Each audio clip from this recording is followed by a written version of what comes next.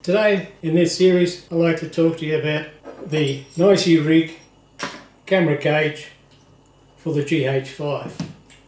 If you watched the first one, you know I'm going through the series of the accessories I'm purchased to build up a good rig to use on the Rowan S gimbal and also the cable cam. So the unboxing was basically open the box, take the plastic off, and there it is. I'll just explain to you why I got it and what are the benefits for me. Now, the GH5 has one screw on the bottom, and when it's on the gimbal, this is the Rowan S plate, you have one screw. Now, unless you tighten it like Superman, it can move like that. And it's a bit of a pain, but then I'm going to add a video transmitter. Now you only have the quarter 20 on the bottom, hot shoe on the top, and two eyelets for your strap. Not too many options of where to place it. On the gimbal, if you take off the lens cap, as you can see in my other videos on setting up the cable cam, you can see how much it tilts. That makes it necessary to get a cage of some description. Now there's plenty out there, and I don't know whether there's one design and one manufacturer makes it and they sell it to suppliers and they just shove their name on the label, sell it like that, or there's different manufacturers and they copy and they change a little bit so it's not exactly the same. Went on eBay as per normal and I was looking at the cages. Now this one is the nicey rig camera cage for the GH5. The unboxing, I'll just repeat it, open the box, take it out, there's the screw, that's it, that's all you get. But why did I pick this particular one? Like I just said, camera's prone to move like that. They don't have any pins like on the video cameras, there's no RE anti-rotation holes, like they could fit another hole here, no problem. And then they don't even put V-slots, V-grooves across here. They could grip into the rubber to stop it from rotating.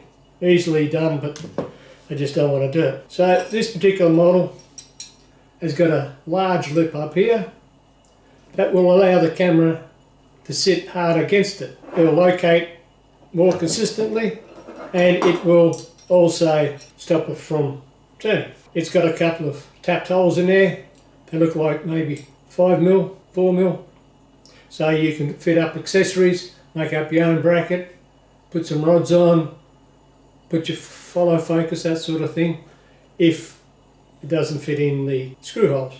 Now, talking about screw holes, they've got your normal Swiss cheese of quarter 20 UN, that's the American Unified System, 3/8 UN, Unified System. You can use BSW, quarter inch BSW, 3/8 BSW, and they'll also fit screws.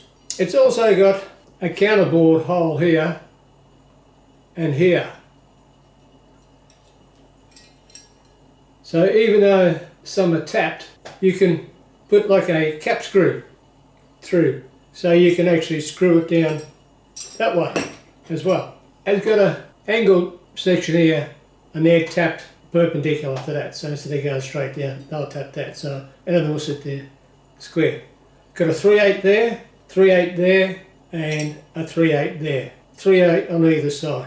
Got quarter, they're not tapped, they're counterboard, put your screws that way. 5 quarters on that side, couple of blind holes, 1, 2, 3, 4, 5, 6, 7, 8, 9, 10. 10 on the bottom, 3/8, and the 2 counterbores. And on this side, you got 1, 2, 3, 4, 5, 6, 7, 8, 9, 10, 11, 12, 13, 14, 15, 16, 16, and the 3/8. So quite a lot of mounting positions. Then the next thing, it's got NATO rails. So up the top, got a NATO rail.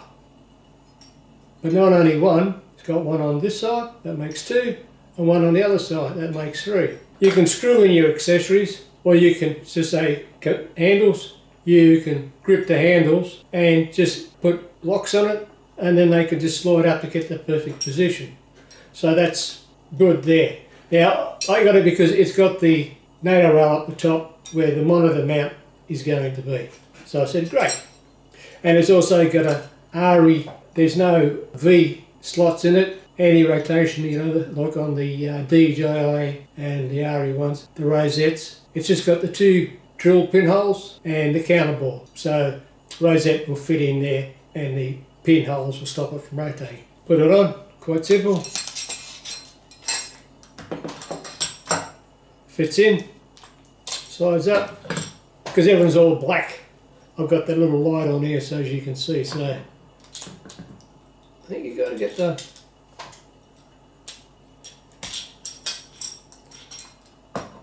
got to try to line it up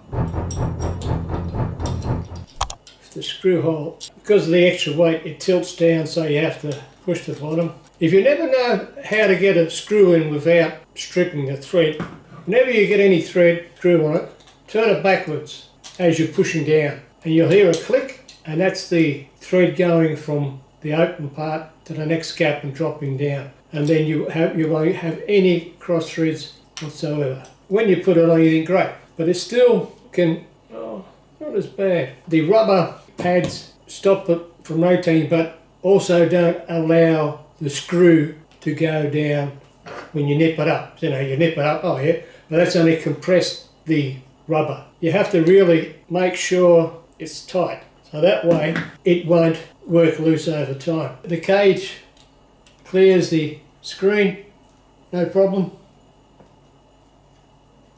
No problem, but then whatever you screw on, whatever is on the NATO rail, as you can see, it's only about 3mm gap. So if you're making your claw, it needs to go that way, not that way, otherwise you won't be opening it. It's got the hot shoe on this side, plenty of clearance. Getting your finger on the record button, up to you sort of would grip it like that, and your finger misses it, so you have to sort of push it back a bit, but that's fine. Let's see what happens if we swing it right around. That's no problem. Battery access. Opens up.